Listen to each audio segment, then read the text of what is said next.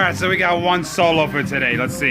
So reading the ticket, the HDMI burned out. Her brother bought a new HDMI piece and tried to remove the other one by unwelding it. He did a mess. Well, at least you confessed that your brother did this damage and just fix the HDMI. If you need more work, contact her. Laura and Annoyed Sister. This is pretty cute. I'm gonna fix this for you, Laura. No problem. The damage is not bad. There's no rip pads or anything. I see some flux. And this right here. Not so bad. I got you. So we removed the old port and now we have the new port on.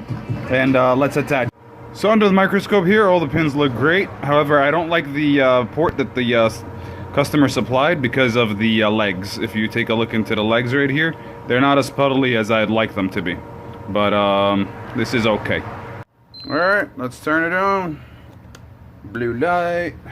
Tester says okay. Of course, when you tamper with it, there's nothing on the screen on part 2 of Laura's machine. So here's the motherboard here. We check the diodes, we check the capacitors, we check the filters, we check the main power, and this power MOSFET, and these two MOSFETs that connect directly to the south bridge right here. There are a few signaling items right here and right here.